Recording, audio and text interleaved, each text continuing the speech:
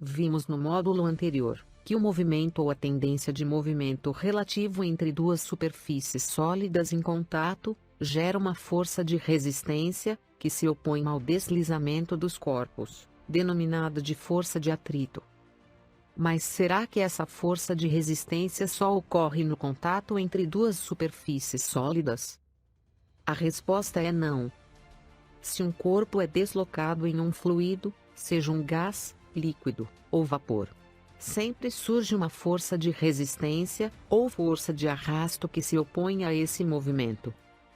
Neste módulo, iremos dar ênfase a um caso particular de força de resistência muito comum em nosso cotidiano, que é o da força de viscosidade do ar, ou simplesmente resistência do ar, que, como sabemos, sempre atua em sentido contrário ao movimento relativo do objeto em relação a esse fluido. Por exemplo, quando andamos, praticamente não sentimos a resistência do ar. Porém, ao aumentarmos o passo e começarmos a correr, podemos sentir o ar exercendo uma força sobre nosso corpo. Outro exemplo. Quando colocamos a mão para fora de um automóvel em movimento acelerado, podemos perceber como a força de resistência do ar aumenta com a velocidade do automóvel. É essa mesma força de resistência do ar que cria um arrasto em atletas, fazendo com que eles levitem e apresentem coreografias em túneis de vento. Em muitos parques temáticos esses túneis estão disponíveis para o público em geral. Em muitos casos esse tipo de resistência é muito útil, como, por exemplo, na sustentação de aviões e aves no ar, e a queda de um paraquedista, que tem sua velocidade reduzida durante o processo de queda. Outro exemplo da importância da resistência do ar é constatado na queda das gotas de chuva e de pedras de granizo, ou até mesmo na entrada de meteoros, que bombardeiam nossa atmosfera com enorme velocidade.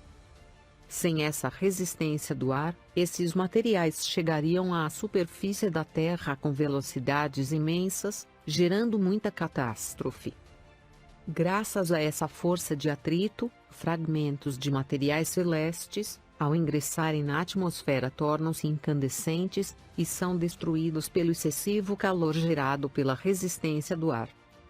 São as famosas estrelas cadentes. É por essa razão que as naves espaciais são revestidas por placas de isolamento térmico, para evitar a sua destruição por aquecimento, no reingresso na atmosfera. Se não existisse a atmosfera, a superfície da Terra seria totalmente coberta por crateras, provenientes desses meteoros.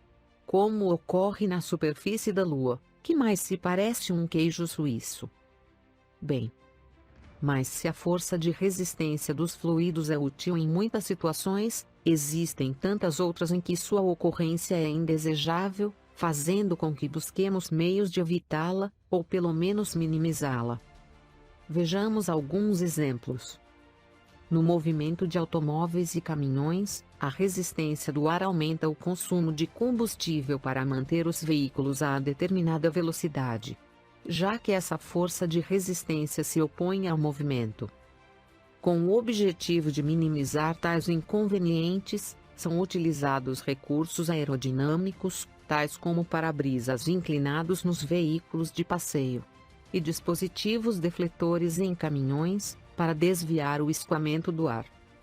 Até mesmo no processo evolutivo da natureza, observamos que os seres vivos, e as entidades inanimadas, são moldadas aerodinamicamente à força de arrasto, tais como os seres aquáticos, as aves e até mesmo as rochas, que são esculpidas pelo vento. Na natação, os atletas usam toucas impermeáveis e raspam os pelos do corpo para diminuir a força de resistência da água, diminuindo assim o tempo da prova. Analisaremos em mais detalhes outras situações, ainda neste módulo do curso. Espero você na próxima videoaula, onde estudaremos as características gerais da força de resistência nos fluidos. Para acessar todas as videoaulas do módulo, Clique no link da playlist, no canto superior direito de sua tela, ou logo abaixo na descrição. Se gostou do canal, inscreva-se, dê o seu like. Acione o sininho para ser notificado assim que for publicado novas videoaulas, e participe com seus comentários e sugestões. Até breve.